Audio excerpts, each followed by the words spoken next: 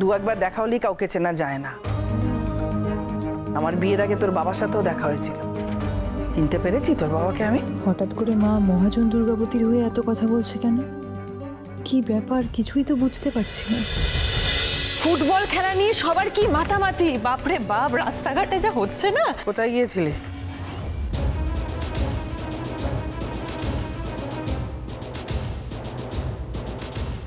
কি ব্যাপার মা, তুমি তো এভাবে আমাকে কখনো জিজ্ঞেস করনি আমি কোথায় গিয়েছিলাম। আমাকে না বলে তুই কোথাও যাস না, তাই জিজ্ঞেস করছি। ঠিক পয়েন্ট, মায়া কিন্তু পয়েন্টে কথা বলেছে। আসলে মা, তোমাকে বলার সুযোগ হয়ে ওঠেনি। আমি মহাজন দুর্গাবতীর বাড়িতে গিয়েছিলাম। কোন দুর্গাবতী? ওই শয়তান মহিলাটা? চটকি, বড়দের সম্বন্ধে কেউ এভাবে কথা বলে? তুই চিনিস ওই মহিলাকে? তুই ঠিক বলেছিস মেজদি ভাই, মায়ের সত্যি কিছু হয়েছে। মা তুমি জানো না, কিন্তু পুরো গ্রাম বলে ওই মহিলাটা কতটা শয়তান। সারা গ্রাম বলে বলুক, তুই বলবি কেন? তুই ওই মহিলাকে দেখেছিস কোনোদিন? কথা বলেছিস ওনার সঙ্গে?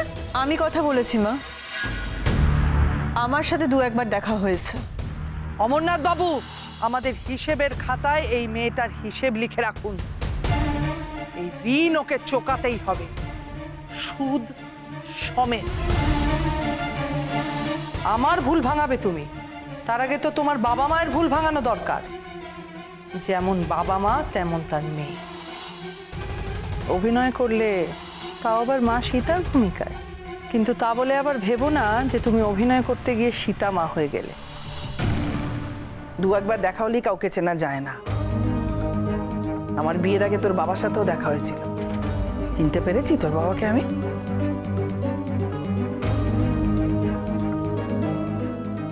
হঠাৎ করে মা মহাজন দুর্গাবতীর হয়ে এত কথা বলছে কেন? কি ব্যাপার কিছুই তো বুঝতে পারছি না। এবার আপনারা সকলে আসুন, উপহার গ্রহণ করুন।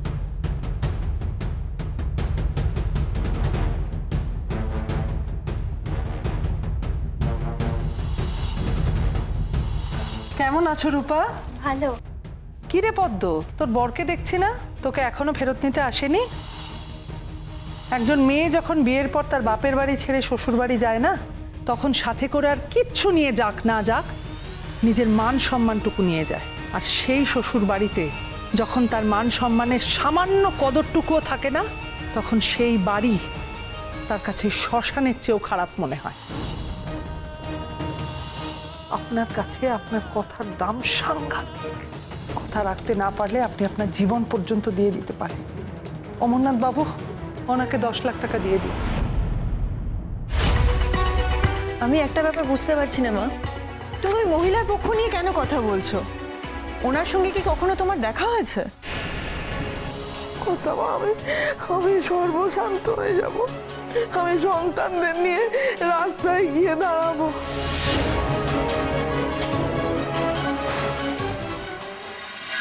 এই দিদি, দিদি শোন না, দাঁড়া না। কি হয়েছে?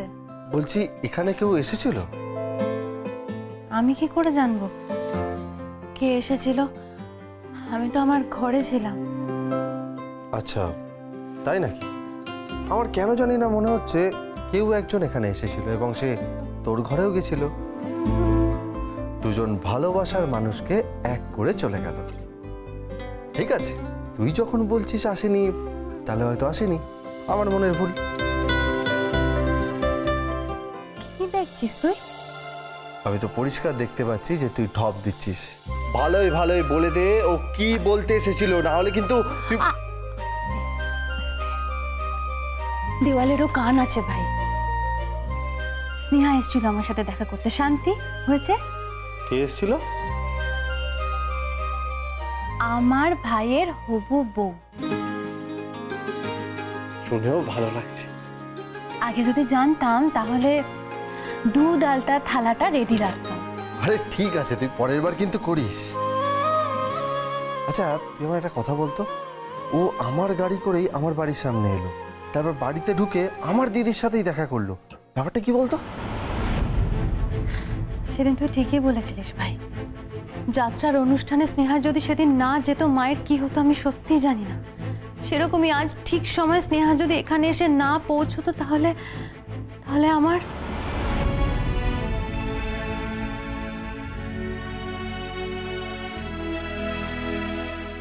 শেখরের মা বললো ও নাকি শেখরের জন্য সম্বন্ধ দেখতে যাচ্ছে। আমি নিজেকে শেষ করে দেবো, আমি বাঁচবো না শেখর।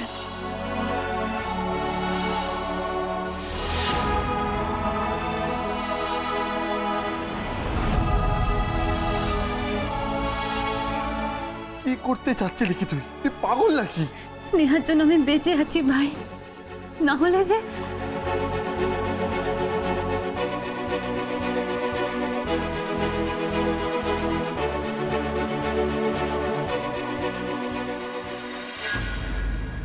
না না, আমার সাথে কি করে দেখা হবে ওনার? আমার সাথে দেখা হয়নি। হোটেলে কয়েকজন লোক খাওয়ার সময় বলা বলি করছিল যে ভদ্রমহিলা নাকি ভালো, গরিবদের দান ধ্যান করে। তাই? আরে বাবা, আচ্ছা ওনাকে নিয়ে আমরা কেন এত আলোচনা করছিস স্নেহা? উনি ভালো কি মন্দ সেটা জেনে আমাদের কি হবে বল? স্নেহা, তুই কেন গিয়েছিলি মা? তা আমাকে না বলে বল।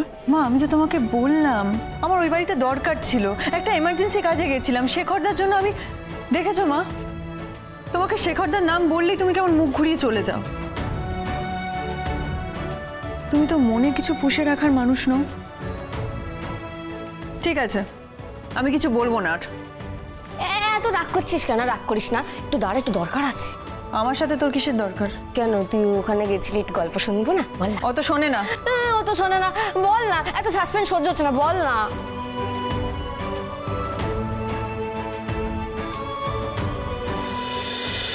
তুই আমার থেকে বড়, তাও আমার কি ইচ্ছা করছে জানিস? কানের গোড়ায় দুটো দি। এই বুদ্ধি নিয়ে তুই কলেজ পাস করেছিস? হ্যাঁ, এতটুকু ভরসা নেই তোর? এই তুই ভালোবাসিস জামাই বাবুকে? এরকম এত বড় একটা কাণ্ড ঘটানোর আগে তো তুই একবার আমার সঙ্গে কথা বলতে পারতিস। একবার তো তুই আমায় ফোনটা করতে পারতিস। তুই তো সবকিছু আমাকে শেয়ার করিস, সবকিছু। ভাই যা, শেখর আমার জন্য গিফট এনেছে, সেটা নিয়ে আয়। যা, এই চিঠিটা শেখরকে দিয়ে আয়। সবকিছুতে আমি করতাম, এবার না হয় তুই আমাকে ফোনটা করতিস। আরো একবার না হয় ভাই যেত, কথা বলিয়ে দিত তোদের দুজন। তাহলে তাহলে এরকম একটা কাজ কেউ করে? সরি সরি, আমার ভুল হয়ে গেছে। প্লিজ আর কাঁদিস না তুই, আর কোনোদিনও করবো না এরকম। তোর মুখের হাসিটা দেখতে আমি সব থেকে বেশি ভালোবাসি, বিশ্বাস কর। আর আমি তোর চোখের জল দেখতে ভালোবাসি। আমি তোকে আজকে কথা দিচ্ছি যে আমি তোকে আর জামাই বাবুকে এক করেই ছাড়বো। তুই আর একদম কাঁদবি না, একদম কাঁদবি না। জানিস তোকে কাঁদলে কিরকম লাগে? একদম ভোদরের মতো লাগে।